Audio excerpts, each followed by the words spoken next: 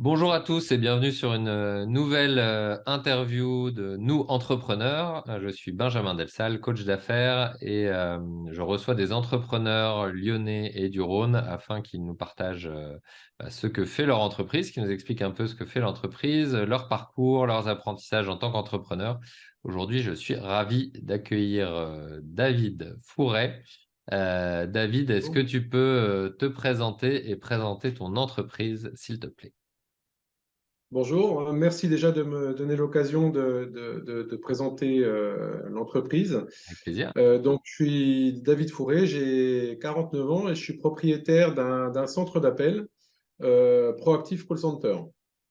Donc, rapidement, qu'est-ce qui m'a amené à cette activité?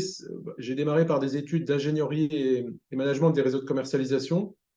Donc, ma première carrière, c'était comme directeur commercial dans l'industrie, donc rien à voir avec l'activité actuelle. Et ensuite, j'ai travaillé quelques années dans le domaine de la grande distribution pour arriver dans le milieu des centres d'appel il y a déjà quelques années, en 2002. Donc, c'est un métier qui m'a rapidement passionné du fait qu'il regroupe des compétences comme le marketing vente, le management et l'informatique. Donc, c'est-à-dire qu'on a beaucoup de technologies dans le métier, bien évidemment. Et puis après, le cœur de notre activité, ça reste l'humain, puisque c'est ce qui fait 80%, voire 90% de la valeur ajoutée de notre entreprise. J'ai même aussi enseigné le métier de vente à distance dans une école supérieure pendant quelques années. Mais avant de créer l'entreprise, j'ai voulu déjà être salarié dans le métier. C'est-à-dire que j'ai travaillé pendant quelques années et dans plusieurs pays comme directeur de production et directeur de site pour, entre guillemets, avoir le courage peut-être de lancer, de créer ma première société en 2006. Ok, super. Est-ce que tu peux nous dire un petit peu plus ce que fait ton entreprise, à qui vous vous adressez particulièrement et en fait pourquoi est-ce que les clients viennent vous voir, ce qu'ils attendent, ce que vous offrez un peu d'unique ou ce qui fait votre différence ou votre unicité?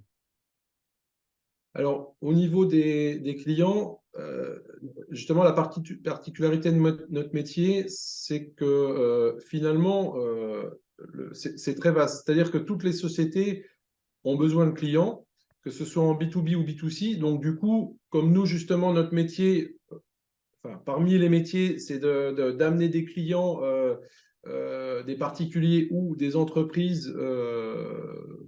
Donc, finalement, on travaille dans tous les domaines. Par exemple, on a travaillé dans le domaine de l'automobile. Donc, pour, par exemple, Lexus, déplacer des particuliers qui veulent changer de voiture, ou dans le domaine des contrôles techniques avec Citroën. On a travaillé et on travaille encore jusqu'à aujourd'hui dans le domaine de l'e-commerce. Donc, on travaille beaucoup pour des sites internet ou plutôt des catalogues de vente par correspondance dans le domaine de l'alimentaire, D'accord. mais aussi dans le domaine, on a vendu des bijoux par téléphone, des Ouais. bijoux, des diamants par téléphone à 4 000 Ok. euros, 5 000 euros, 6 000 euros.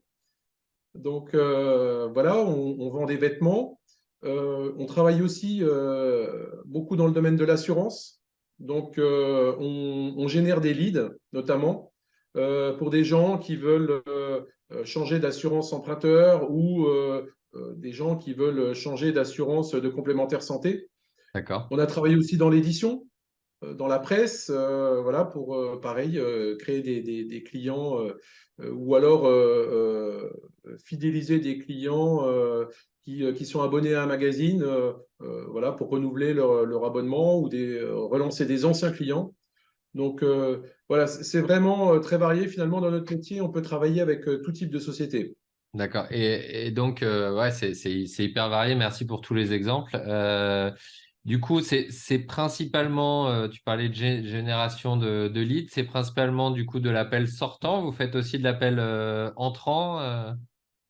Oui, alors effectivement, 90% de notre activité, c'est l'appel sortant. Maintenant, on reçoit aussi des appels par rapport à l'activité. Donc, par exemple, on a un client qui, sur son site internet, a mis un numéro de téléphone. Donc, bah, voilà, les gens appellent ce numéro et ça arrive chez nous. Mais on D'accord. va un petit peu plus loin, on va aussi sur du chat en OK. ligne. C'est-à-dire que, par exemple, vous avez un site internet avec une petite boîte de dialogue. Donc, bah, derrière, c'est nous qui allons répondre aux questions que peuvent se poser les personnes qui consultent le site internet. OK. Et Très bien. on est Ouais. aussi en multicanal. Donc, on utilise aussi aujourd'hui le SMS.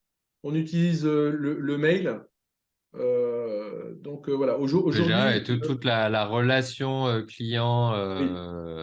sur du B2C, du coup, principalement? Alors, on est principalement en B2C. Au début, on travaillait en B2B, mais on va dire que nos salariés sont plus à l'aise en B2C. Et il faut le dire aussi, le B2C amène plus de volume. Oui, bien sûr. Ouais. OK. Voilà. Donc, euh, Donc, c'est actuellement, plus spécialisé sur le B2C. OK, oui, oui, c'est super. clair. Oui, oui, Très c'est clair. bien. Euh, on est dans une conjoncture un petit peu spéciale. Est-ce que toi, enfin, il y a eu pas mal d'enchaînements. Et Oui. toi, ça t'a impacté? Comment est-ce que tu t'adaptes? Alors, du côté du Covid, Ouais, pour nous, c'était plutôt une surcharge d'activité. ouais, Puisque à l'époque, enfin, jusqu'à aujourd'hui, on travaillait pour un site internet enfin, pour une société qui fait de la livraison de produits alimentaires à domicile. Donc forcément, au moment du Covid ou de la pénurie de produits, euh, il y a beaucoup de livraisons, quoi. Ouais, et de voilà, demande. on a été surchargé d'activité. Donc pour la partie Covid, c'était plutôt positif. Par contre, aujourd'hui, on subit une autre crise, c'est que notre principal client est en liquidation judiciaire. Eh oui. Mm. Donc, je pense que tout le monde en a entendu parler à la télévision. Donc, il s'agit de Toupargel Place du Marché. Ouais, Voilà, c'est 1900 salariés qui sont licenciés. Et ben, derrière ces salariés, il y a aussi les fournisseurs comme nous. Donc, en fin décembre, c'est très récent, on a carrément fermé notre entreprise puisqu'on n'avait plus du tout d'activité. ah, OK. C'est-à-dire qu'ils nous ont sollicité durant les 6 derniers mois pour augmenter les volumes parce qu'ils avaient besoin de nouveaux clients pour arriver en fin Couper décembre d'un coup. à arrêter du jour au lendemain l'activité. Donc voilà, ça Ça marche. c'est vraiment Donc, ce qui veut dire que pour nos auditeurs qui cherchent des personnes qui sont formées, disponibles pour faire du B2C, tu as de la bande passante disponible en Oui, ce moment à leur oui, accorder, c'est ça? oui, Bon, oui, moi, de mon côté, et effectivement, on veut vraiment garder nos salariés parce que surtout les télévendeurs, c'est des personnes qui mettent plusieurs années à être formées. Et forcément, c'est très frustrant voilà, de les perdre. Donc, on fait tout effectivement pour pouvoir leur redonner des activités. Maintenant, ça nous donne une leçon aussi. On est resté avec très peu de clients pendant des années. On n'a pas prospecté. On a un site internet bah, qui n'était pas dans les premiers sur Google.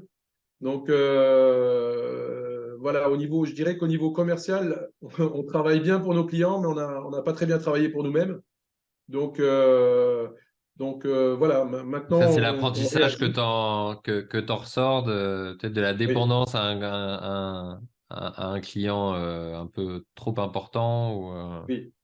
Oui, oui, effectivement. Alors, on l'a senti venir hein, quand, à partir du mois de mai de l'année dernière, ils nous demandaient de plus en plus de volume. Bah, finalement, là, on a carrément refusé les volumes pour garder un équilibre avec nos autres clients. ouais. Et puis finalement, voilà, c'est vrai que c'est tentant. Hein, on a accepté ces volumes jusqu'à être à 80% dépendant d'eux. Donc voilà, c'est quelque chose c'est une erreur stratégique. Donc Donc aujourd'hui, tu on vas apprend de chercher nos erreurs. plutôt à garder un équilibre le plus large possible avec bah, des gros clients, pourquoi pas, mais en gardant un équilibre un peu plus sain, c'est ça? Oui, de chiffre oui, d'affaires. oui. Ok, Je pense qu'il ne faut pas dépendre à plus de 50% d'un seul client. ouais, Voilà. D'un autre côté, c'était un avantage aussi d'avoir. Il faut savoir que depuis 2006, qu'on a notre propre structure, on a toujours eu 2 à 3 clients maximum. Alors, l'avantage que j'y vois, c'est le fait de dépenser, de ne pas partager notre énergie sur des dizaines et des dizaines de clients. J'ai vécu l'époque où j'avais un nouveau client chaque semaine. Et quand on démarre un nouveau client, bah, l'énergie sur l'ancien ouais. client, elle est moindre. Donc, c'est pour ça que j'ai fait ce choix de rester sur très peu de clients. Maintenant, très peu et 2 clients, c'est voilà, c'est. Bah, j'imagine que ça s'applique à. C'est un sujet peut-être intéressant de réflexion pour nos auditeurs dans plein de domaines différents, qui est la Oui, dépendance et cet équilibre entre accepter des gros projets, passer un cap, et puis se retrouver dépendant. Tant que ça marche, ça marche. Et le jour où ça marche pas, bah, ça peut affaiblir l'entreprise. C'est voilà, une ça a expérience. fonctionné depuis 2006. Merci de la partager avec nous. Ouais. Toi, comment est-ce que tu progresses en tant qu'entrepreneur? Comment est-ce que tu travailles sur tes compétences, tes connaissances? Est-ce que tu as, des choses que tu as mis en place? Alors, déjà, je me forme régulièrement. Ok, J'étais jusqu'à ces dernières années très isolé, puisque je vivais à l'étranger. Donc, je suis rentré en France seulement en 2019. ok, Et donc, j'ai commencé à rentrer un petit peu dans les réseaux, les réseaux professionnels. Et puis surtout, je me forme quasiment tous les mois. Je me forme dans différents domaines pour pouvoir progresser effectivement. Et puis aussi, j'aime beaucoup le partage. Donc, je vais dans des salons professionnels et j'essaie d'échanger un maximum avec les spécialistes de leur domaine pour pouvoir progresser. Et bien sûr, j'en fais profiter aussi les salariés, donc qu'on forme régulièrement aussi. ok. Donc, s'entourer, se former et appliquer cette bonne recette aux salariés aussi pour qu'ils soient formés, qu'ils soient en compétence tout le temps, quoi. Oui, oui, oui, exactement. C'est beaucoup, se base beaucoup sur la formation et puis aussi l'investissement technologique. On essaie d'avoir toujours les derniers outils qui sortent. Donc, des outils de prédictifs pour la génération des appels téléphoniques, c'est-à-dire ce sont des robots d'appel qui génèrent des appels à l'avance. Au niveau des télécoms, on essaye aussi d'avoir les meilleurs fournisseurs. Donc, et puis pareil, le matériel informatique aussi, renouvellement régulier du matériel informatique, protection pour les ransomware notamment, Ok, ouais, bien sûr. puisqu'on a quand même subi 2 arrêts à cause de ransomware. Ok. Tous nos fichiers ont été cryptés, donc pareil, on a fait quelques investissements au niveau de la technologie de firewall et d'antivirus. Donc Donc voilà. à chaque difficulté, tu en profites pour monter et apprendre et du coup éviter que ça se reproduise, quoi. Oui, et je vais aussi beaucoup chez mes clients, mais quand je vais chez mes clients, c'est sur le terrain, c'est pas forcément dans un bureau, c'est vraiment aller sur le terrain. C'est-à-dire que quand, par exemple, on crée des commandes pour un client, ben, je me déplace directement avec le livreur pour aller livrer la marchandise que le client final a acheté. Donc, du coup, ça permet de voir aussi le terrain, de ne pas rester dans une bulle, dans un bureau. Voilà, je me déplace beaucoup sur le terrain pour voir les problématiques de mes clients. Ok, super.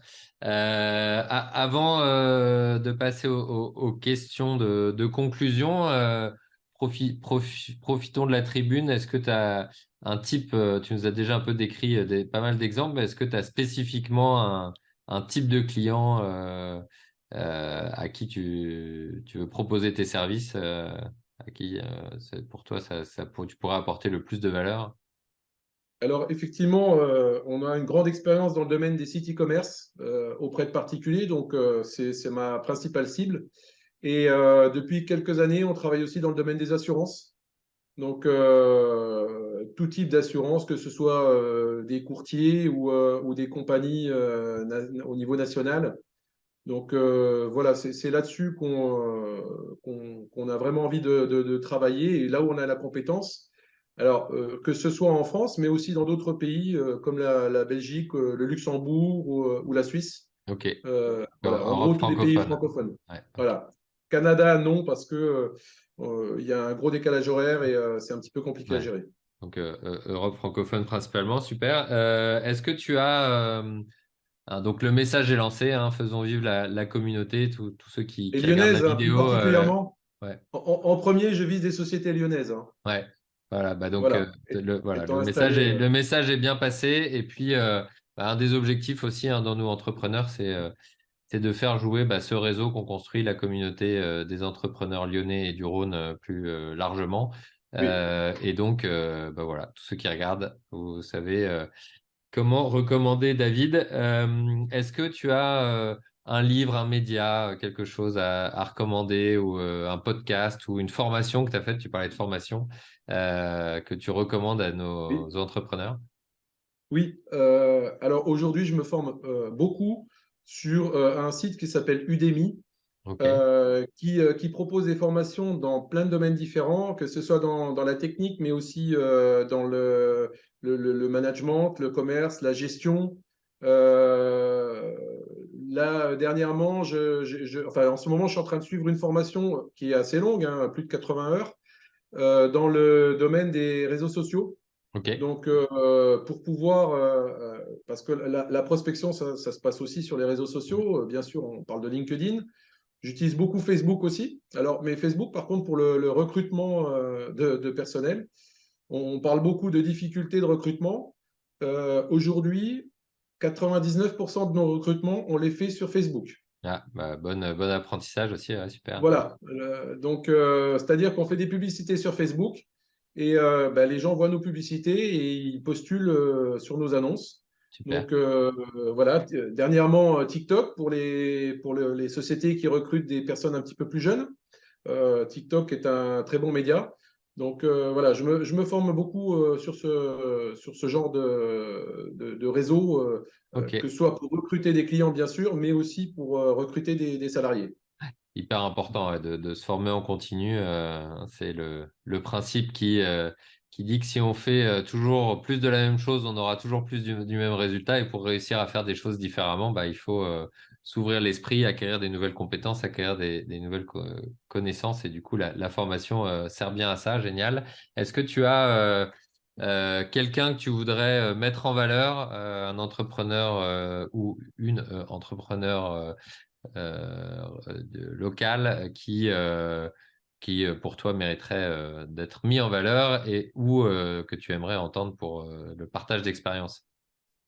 Alors, moi, je n'ai pas un entrepreneur particulier. Je pense que toutes les expériences sont intéressantes et même les échecs, on en parlait tout à l'heure, parce que finalement, en tant que chef d'entreprise, on doit se remettre en cause en permanence.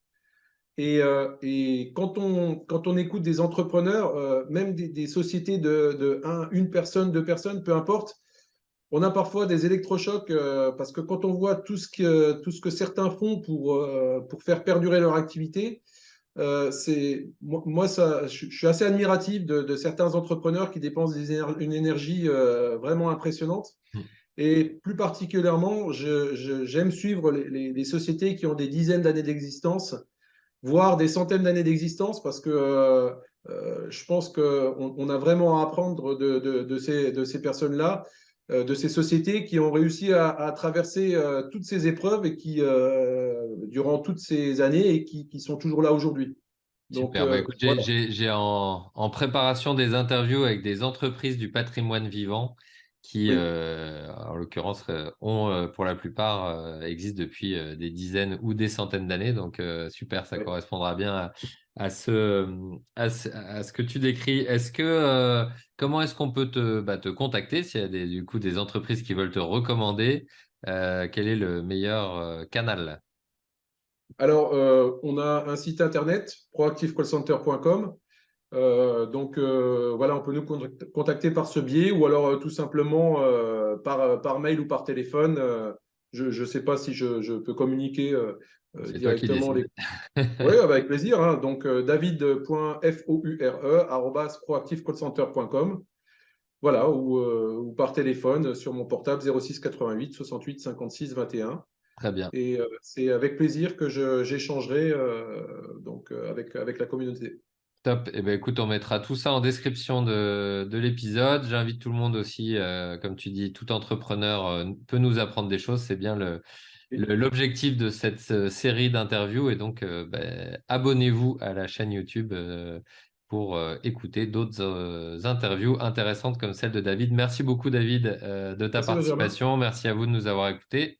Et à très bientôt sur Nous Entrepreneurs. Ciao, David. Au revoir.